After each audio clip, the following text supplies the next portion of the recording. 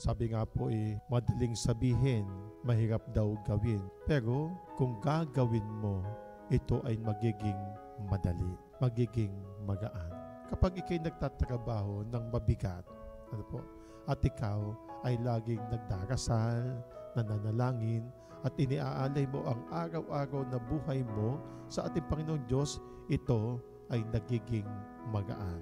Gawin po nating habang tayo nabubuhay o nagtatamasa ng buhay dito sa bawang lupa, gawin po natin itong kaaya-aya. Gawin po natin kalugod-lugod sa mata ng tao, sa mata ng Diyos, upang sa gayon, yung pong ninanais, yung gustong-gusto ng ating Panginoon Diyos na balang araw ay tayo lahat ay makapiling niya, makasama niya.